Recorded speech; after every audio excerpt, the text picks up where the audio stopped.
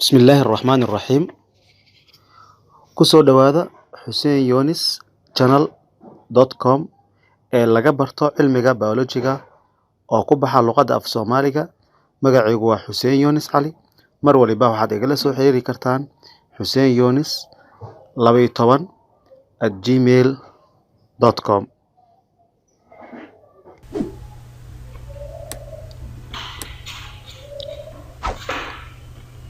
qaybtan oo ah endocrine system habdhiska marinka qanjirada marinka la ama loo yaqaano hormonal system riska hormoonada wali wuxuu ka mid yahay casharada aan qaadanayno chapterka koowaad oo uu ka koobnaa nervous system iyo endocrine system. waxaan soo qaadanay nervous system iyo su'aalaha quseeya nervous system ku soo qaadanay hadda qaybtan waxaan ku baran doonaa introduction hore oo ah endocrine system ku muxuu ka kooban yahay. endocrine system ku waxa leeyahay wuxuu ka samaysan yahay ama uu ka kooban yahay qanjiro marinka la qanjiradaasi marinka la waxay soo saarayaan hormoonada ay soo saarana waxa sii qaaday dhiigga sii qaadayo habka qanjirada marinka leh waxay soo saaraan waxay leeyihiin marinadaas ay marayaan sida waxa kamid ah qanjiradaasi marinka leh sweat glands qanjirada dhididka soo saara waxaa ka mid ah lacrimal glands qanjirada ilinta soo saarta waxaa ka mid ah sebaceous glands qanjirada saliidda jirka soo saara waxaa ka mid ah salivary glands ama salivary glands qanjirada candhuufta soo saara dhammaan qanjiradaasi waxay leeyihiin wax loo yaqaano marin ay leeyihiin ama laakiin qanjirkan oo marinka aan lahayn waxa uu soo saaro waxa loo yaqaano hormoonadaasna waxa sii qaadayo dhiigga ayuu wuxuu geeyaa qaybaha jirka kala duwan meesha jawaab celinta sameeysa qaybtaasi waxa loo yaqaanaa target organ ayaa loo yaqaanaa marka habdhiskani asna wuxuu ka mid yahay waa habdhisada loo yaqaano communication and coordination loo yaqaanaa sida kii hore oo kale chapterkeena ciwaankiisii hore wuxuu ahaa koowaad communication and coordination. marka endocrine system habdhiska hormoonada ama habdhiska qanjirada marinka la endocrine system this is midkani another system oo habdhis kale waxaa loogu talagalay coordination inuu hago shaqada jirka ka dhacda. coordination waxaa laga wadaa in shaqadaas sida loogu talagalay jirka inuu dhacdo. this is midkani another system oo habdhis kale oo loogu talagalay coordination hagid ama isku dubaridid in animals xayawaanada jirkooda ka dhaca in addition markii lagu sii daro to nervous system iyo endocrine systemka markii la isku daro waxaa loo yaqaanaa coordinate system ama regulatory system loo yaqaanaa. the system habdhiska comprise of wuxuu ka kooban yahay endocrine glands qanjiro aan marin lahayn wuxuu ka sii wadaa that are ductless kuwaasoo aan marin lahayn duct waa marin less aan lahayn. the systemku comprise of wuxuu ka kooban yahay endocrine glands qanjiro aan marin lahayn oo that are ductless kuwaasoo aan marin lahayn which secretes soo saara ama sii deeya hormones soo saaraan qanjirada aan marinka lahayn waxay soo saaraan hormoono. interaction isdhexgalka bidin u dhaxeeya these hormoonadan in isdhexgalkoodii forms waxay sameeyaan communication network hab isgaarsiin ay sameeyaan in the body jirka of animal xayawaanku communication isgaarsiin ay sameeyaan sida nervous system oo kale waxa la interaction isdhexgalka bidin u dhaxeeya these hormonadan forms waxay sameeyaan communication network shabakad isgaarsiina ama qayb isgaarsiin ay ka sameeyaan the body jirka of animal xayawaanku. hormones waa maxay? hormones are organic compounds waa isku organic ah which are either midkood wuxuu ka samaysan yahay proteins ay ka samaysan yihiin qaarkood waxay ka samaysan yihiin steroids ama guud ahaanba waxa leeyahay amino acids waxay ka samaysan yihiin qaarkood proteins ay ka samaysan yihiin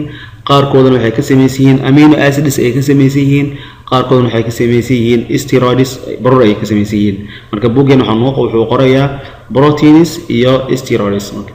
amino acidska waa kuwa gaar ah sameeya. marka hormoonadu are organic compounds waa isku organic ah which are either midkooduna protein uu ka samaysan yahay protein or wuxuu ka samaysan yahay steroids dufan ama barur ayuu ka samaysan yahay in nature sida caadiga they are produced waa la soo saaraa hormoonadu produced waa la soo saaraa in a minute quantities tira aad u yar la soo saaraa in cells unugyada in one part hal qayb of the body jirka midaha laga soo saaraa and transported by waxa qaada blood stream socodka dhiigga ayaa qaada waxa leeyahay hormoonadu tir aad u yar la soo saaraa waxa laga soo saaraa qayb jir kamid ah laga soo saaraa waxaana sii qaadayo blood stream ayaa sii qaadayo wuxuuna geenayaa qayb kamid ah jirka ayuu geenayaa ayagu produce waa la soo saaraa in a minute quantity tir aad u yar la soo saaraa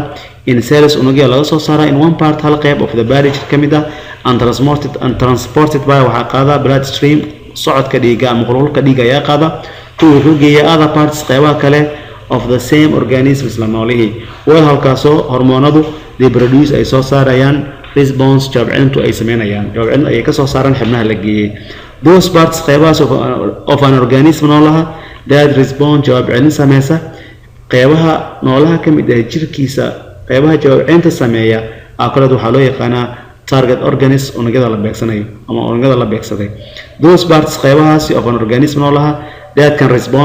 respond jawaab celiya aqalad waxaa loo yaqaanaa target organism halka kale effector organism loo isticmaalayo nervous system effector organism waxaa loo isticmaalaa nervous system in animals xayawaanadu just like waxaa la mid ah in balance dhirta la mid ah animalsku jirkoodu wuxuu soo saaraa hormones waxaa la mid ah dhirtu ayana jirkoodu wuxuu soo saaraa hormones ayuu soo saaraa what is the function of a hormone hormoonku muxuu sameeyaa waxa la hormones hormoonadu bali way cayaaraan important roles kaalin muhiim ay ka cayaaraan in regulating ayo haga growth koritaanka ay hagayaan qofka jirkiisa inuu karo and development iyo kobcid xubnaha jirka ku jira inay kobcaan control wuxuu xukumaa of behavior of animals xayawaanadu qaabka ay u dhaqmayaan xayawaanadu qaabka ay falgalka ula sameynayaan physical environments ay ama deegaankooda sida ay ula sameynayaan falgalka ay ula sameynayaan ama ula dhaqmayaan ama ula qabsanayaan control way xukumaan of behavior dabeecadaha of animals xayawaanadu during inta lagu jiro breeding taranka markii lagu jiro way xukumayaan hormoonada qoseeya taranka qoseeya oo kale igana waa ka shaqo ay qabtaan hormoonadaasi and the improper functioning of the cell unugyadu jirka ku jira si sax ah u shaqeeyaan improper functioning of the cell unugyaduna si sax ah u shaqeeyaan hadaba the production soo saarka of hormones hormoonadu from laga soo saaro dactylus glandis qanjira aan marinka lahayn laga soo saaro is either midkooda directly si toos ah or indirectly si aan toos ahayn influenced by waxa saameeya by nervous system ayaa saameeya waxa leeyahay hormoonadu ay soo saaraan qanjirada aan marinka lahayn waxa si toos ah ama si toos aan ahayn u saameeya nervous system ayaa saameeya the production soo saarka of hormones hormoonadu from laga soo saaro dactylus glandis qanjira aan marinka lahayn is either midkooda directly si toos ah or indirectly si aan toos ahaynba influenced by waxa u saameeya nervous system ayaa saameeya hadaba the endocrine glands qanjirada aan marinka lahayn located waxaa laga helaa in various parts qaybo kala duwan of the body jirka as shown sida lagu muujiyay sawirka hoos kugu qoran sida lagu muujiyay marka u fiirso wuxuu leeyahay nervous endocrine system ku jirkeena ku jira muxuu ka kooban yahay marka u fiirso halkan aan ka bilaabo pineal glands kan waxaa loo yaqaanaa pineal body or pineal glands waa qanjir aad u yar u samaysan wuxuuna samaysan yahay sida caanaaska oo kale saas uu dhudhuuban yahay sida darteedu waxa leeyahay waxa laga helaa qanjirkaasi waxa laga helaa inta u dhaxaysa labada cerebral hemisphere ka dhexdooda ayuu ku jiraa wuxuuna ku dhagan yahay qaybta sare ee hypothalamus wuxuuna ku dhagan yahay qaybta sare ee thalamus ayuu ku dhagan yahay qaybta sare ee thalamus ayuu ku dhagan yahay wuxuuna u dhow yahay qaybta loo yaqaano maskaxda godkeeda saddexaad loo yaqaano third ventricle ayuu ku dhex jiraa sida darteedu hormoonka qanjirkan wuxuu soo saaraa wax loo yaqaano hormoon magaciisa la yiraahdo melatonin hormoon loo yaqaano melatonin ayuu soo daayaa melatoninkan jirka hadii la soo deeyo muxuu sameeyaa oo melatoninkan waxa lagu sii deeyaa cerebrospinal fluid ayaa lagu sii deeyaa marka waxa leeyahay hormoonka melatoninka loo yaqaano inta badan marka lagu jiro maalintii inactive uu noqonaa mid aan u shaqeynin ayuu noqonayaa laakiin markii la galo dhaag la galo aad uu shaqeynayaa marka hormoonka melatoninka loo yaqaano wuxuuna ka qayb qaataa inta badan shaqada uu muhiimsan uu qabto waxa kamid ah waxa loo yaqaano hurdada iyo soo jeedka ayuu ka qayb qaataa qofka inuu aad u hurdo habeenkii oo kale dhaag markii lagu jiro mugdir la galo waxa leeyahay waxa la soo saaraa tiro aad u badan ayaa la soo saaraa qofku wuxuu gelinayaa depressed iyo wuxuu gelinayaa tired iyo bringing marka ugu dambeysana qofku wuxuu galayaa sleeping hurda ayuu galayaa marka hypothalamus jiraasaadka maskaxda waa qanjir aad u wanaagsan asna inta badan waxa leeyahay wuxuu fariimuhu geeyaa أما وحكما pituitary gland. thyroid gland وخنجر كدونتا كيالا. thyroid gland وقاعدنا دونتا كيالا. قيفتي الدنبه waxaa ku yaala parathyroid glands waa qanjir kale parathyroid loo yaqaan asna waa qanjir qaybta dambe ku yaala thymus gland markaa fiirisid waa qanjir ku yaala qanjirkani wuxuu ku yaala sternumka ayuu ku yaala wuxuuna u dhaxeeyaa wax loo yaqaan wuxuuna u dhaxeeyaa labada sanbab ayuu u dhaxeeyaa wuxuu u dhaxeeyaa labada sanbab u dhaxeeyaa waana muhiim wuxuu active aad u yahay qofka markuu aad u yar yahay waxa leeyahay markii la soo gaaro qaybta qofka markuu soo gaaro qaangaarka uu soo gaaro qanjirkaasi uu yaraanaya marka ugu dambeysana wuxuu isku bedelayaa faad ayuu isku bedelayaa qanjirkani wuxuu soo saaraa hormoon loo yaqaan thymosin hormoonkaasi wuxuu ka qayb qaataa ama uu kiciyaa wax loo yaqaan body defense difaaca jirka ayuu kiciyaa si waxyaabaha jirka soo gala uu la dagaalamo marka waxa loo yaqaan thymus glands loo yaqaan wuxuuna ku yaala sternumka ayuu ku yaala wuxuu u dhaxeeyaa the two lungs between laba sanbab inta dhaxayso ku yaala wuxuuna soo saaraa hormoon loo yaqaan thymosin ayuu soo saaraa hormoonkaas thymosin-kana wuxuu kiciyaa in unugyadu difaaca jirka wuxuu kicinaa unugyo difaaca jirka ayuu kicinayaa unugyadaas si uu la dagaalamaan waxyaabaha infectionka ama fayrasyada ama bacteria jirka soo gala wuxuu ka qayb qaataa difaaca jirka ayuu ka qayb qaataa wuxuuna aad active u yahay inta qofka uusan qaangaarin waxa leeyahay marka uu qaangaaro qanjirkaasi wuxuu yaraanayaa marka ugu dambeysana wuxuu isku bedelayaa faad ayuu isku bedelayaa pancreas waa ganaca wuxuu ka kooban yahay qanjir marin leh iyo qanjir aan marin lahayn asna wuxuu soo saaraa hormoon ayuu soo saaraa laba hormoon uu soo saarayo inta badan insulin iyo glucagon labadaasi hormoon waxay xukumayaan sokorta dhiigga ku jirta ayay miisaamayaan ayay balancing ku sameeyaan labadan markii la isku daro testicles oo loo yaqaan testis iyo ovaries markii la isku daro waxa loo yaqaan gonadis qanjirada taranka waxay soo saarayaan wax loo yaqaan hormoonkaas ka qayb qaata taramid iyo waxa ka qayb qaata pituitary gland qaybtaani pituitary gland waa qanjir yar maskaxda ku yaala xukuma qanjirada aan marinka lahayn parathyroid gland waa qanjir dhunta ku yaala thyroid gland dhabarkiisa ayuu ku yaala adrenal glands qanjiradan waxay dul saaran yihiin labada kaliya ay dul saaran yihiin wuxuuna ka qayb qaataa waxay ka qayb qaataan hormoonadiisa ama laba qaybood loo kala qaybiyaa dhihi kartaa adrenal glands waxa loo qaybiyaa laba qaybood oo kala adrenal cortex qaybta sare iyo adrenal medulla waxaana ka qayb qaataan adrenal medulla waxay soo saartaa iraado hormoon loo yaqaan adrenalinkaasi jirka markii la soo deeyo wuxuu geliyaa fight or flight ayuu geliyaa qaybtaas hore markaa fiirsid qaybtaani aad ku weyn ama sawirkan ballaaran markaa fiirisid wuxuu ka hadlayaa dhammaan waxaan isku keenay qanjiradii oo dhan u fiirso waxaa leeyahay endocrine glands contains wuxuu ka kooban yahay inta badan ama inta ugu muhiimsan uu soo qaatay buugga 9 major glands qanjir 9 qanjir oo muhiim ah an organs xubno daad burdhi soo saara storekeeda an secrete soo daaya hormoon sii daaya hypothalamus waa halka uu ku yaala waa ka hypothalamus wuxuu ku yaala waa qaybtaasi ayuu ku yaala waxaa ka sareeya thalamus ayaa ka sareysa maintain aan soo qaadan shaqadiisa hypothalamuska shaqadiisa hore aan soo qaadanay laakiin waxaa leeyahay homeostasis ayuu ka qayb qaataa homeostasis waxaa la wadaa the steady balance of internal body function in la xakameeyo la ilaaliyo balansiga xibnaha jirka gudihiisa ka dhaca shaqada ay qabtaan waxaa loo yaqaanaa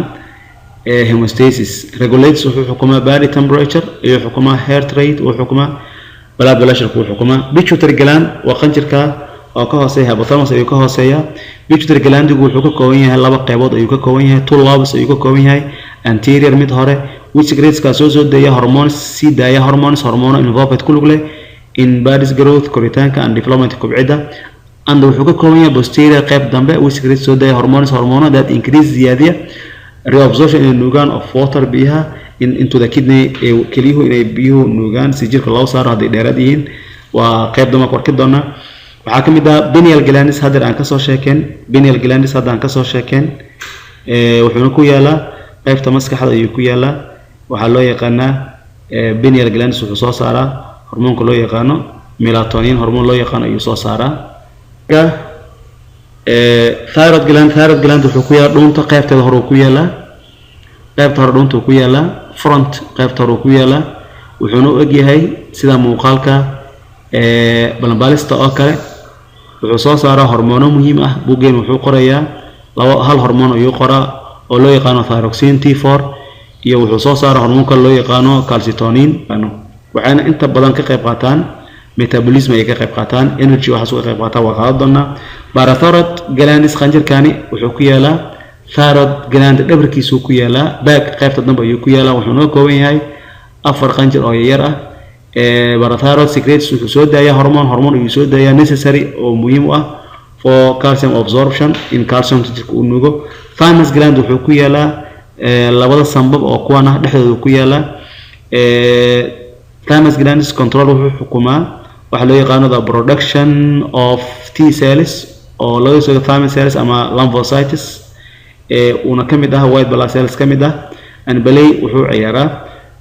vital role kale muhiim ah in body's ability to fight disease awoodda jirka uu leeyahay inuu la dagaalamo cudurrada inuu la dagaalamo midka toddobaad markii la isku daro waxa loo yaqaanaa ovaries iyo testis markii la isku daro ayagana waxa loo yaqaanaa gonadis qanjir tarameedka waa yiraahdaa gonadis loo yaqaanaa waa testiska iyo ovaries waa kan testis waa kan ovaries waa kan waxay ka qayb qaataan waxay soo saaraan hormoonada oo jirka geliya waxa loo yaqaano secondary sexual characteristics sifooyinka qaangaarka keena loo yaqaano gonadotrophic hormone ay soo saaraan oo FSH iyo LH ah LH ay soo saaraan ovaries ku waxay soo saaraan hormoono loo yaqaano estrogen iyo progesterone aan ku qaadan doono chapterka saddexaad aan ku qaadan doono testis ku waxay soo saaraan hormoon loo yaqaano testosterone hormoon loo yaqaano ka qayb qaata physical development iyo body density iyo qaybo badan oo tarankan ka qayb qaata marka fiiris pancreas oo ganaca wuxuu soo saaraa laba qayb ka kooban yahay qanjir marin leh iyo qanjir aan marin lahayn marka pancreas maadaama buugeen uusan ku qornayn aan sharaxno pancreas waxa leeyahay aids uu caawiyaa in digestion burburinta of proteinada fat iyo baruurta and carbohydrates ayuu